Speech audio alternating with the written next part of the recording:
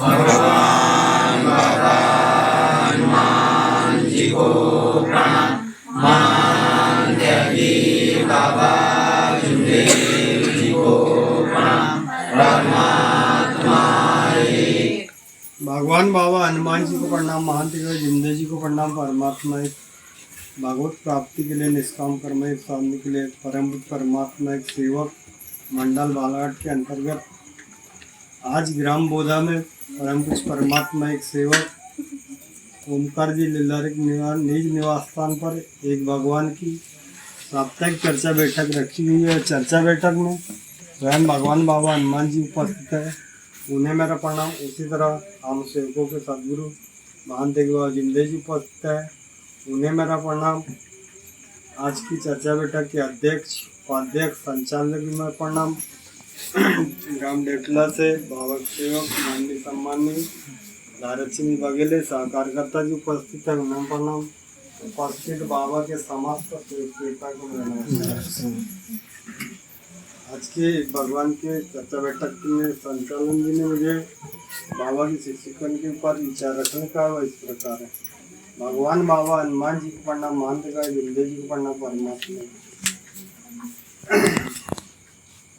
धन्य हमारे महंत बाबा जिंदे जी, जिस मानव के संस्थापक तो अभी हमने मार्ग की सिकवन चर्चा बैठक के माध्यम से विचारों को सुने और ग्रहण किए। तो महंत त्यागी बाबा जिंदे जी एक सदगुरु हमारे बीच में आज इस चर्चा बैठक में उपस्थित सभी सेवक सेविका के बीच में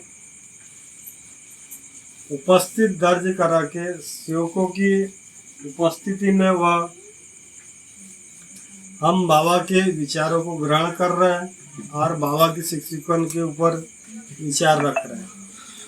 तो धन्य हमारे महंत बाबा जिंदे जी, जिन्होंने उनके परिवार में परेशानी आई और परेशानी की उन्होंने एक विधि करके एक भगवान को प्राप्त किया, जो आज है परमात्मा एक, जो निराकार अवस्था में हमारे बीच में वह विराजमान है, वह शक्ति। तो आज उस शक्ति का अपन परिचय ले रहे हैं, क्योंकि वह शक्ति जागृत शक्ति आज इस चर्चा बैठक के माध्यम से जो हम अनुभव सुन रहे हैं, अपने आप को चैतन्य कर रहे हैं, चार्जिंग कर रहे हैं। यह सबसे बड़ी वह शक्ति जागरूक है हमारे बीच में आज। तो उस शक्ति का गुणगान आज चर्चा बैठक के माध्यम से अपन कर रहे हैं, क्योंकि बाबा ने एक चर्चा बैठक एक सत्संग जो आज उनके सिखवन के लिए आज यह चर्चा बैठक गाँव खोले 1967 में दिन शनिवार बाबा के स्थान पे वह चर्चा बैठक रखी गई थी और उसी दिन से यह चर्चा बैठक प्रारंभ हुई। क्योंकि आज अपन उस चर्चा बैठक का उस बाबा का विचार जो अपन चर्चा बैठक के माध्यम से सुन रहे हैं और सेवकों के अनुभव अपन सुन रहे हैं, क्योंकि सेवक का अनुभव एक आत्मा अनुभव, जैसे आज सेवक ने भगवान को वचन दिया और वचन देके अपना ईमान दिया और ईमान में भगवान को खड़ा किया।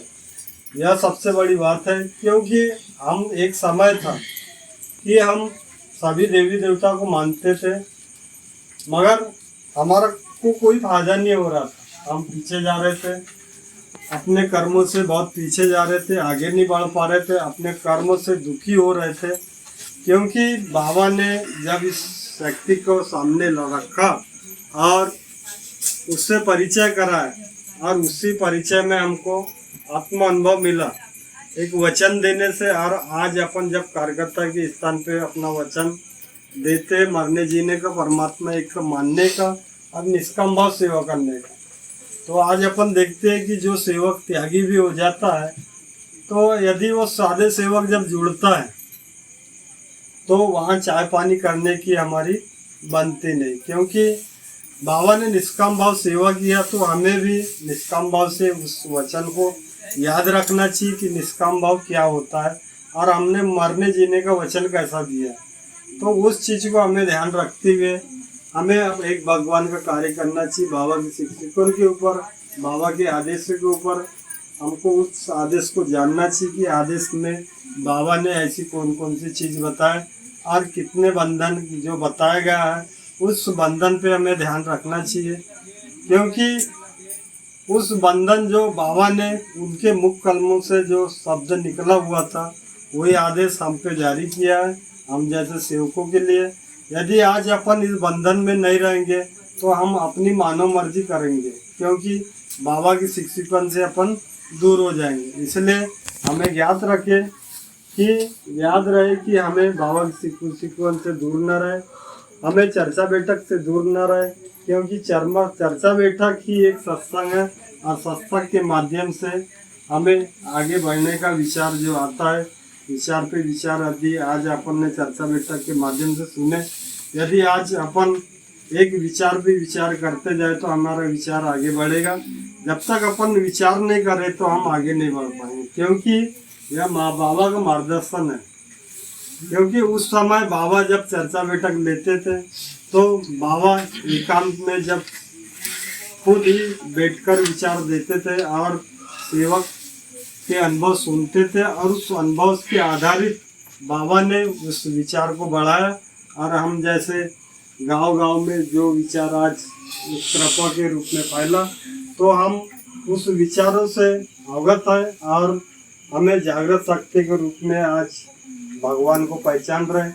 भगवान बहुत बड़ी चीज़ है, क्योंकि भगवान जैसा कोई नहीं है, क्योंकि भगवान जैसा प्यारा कोई नहीं।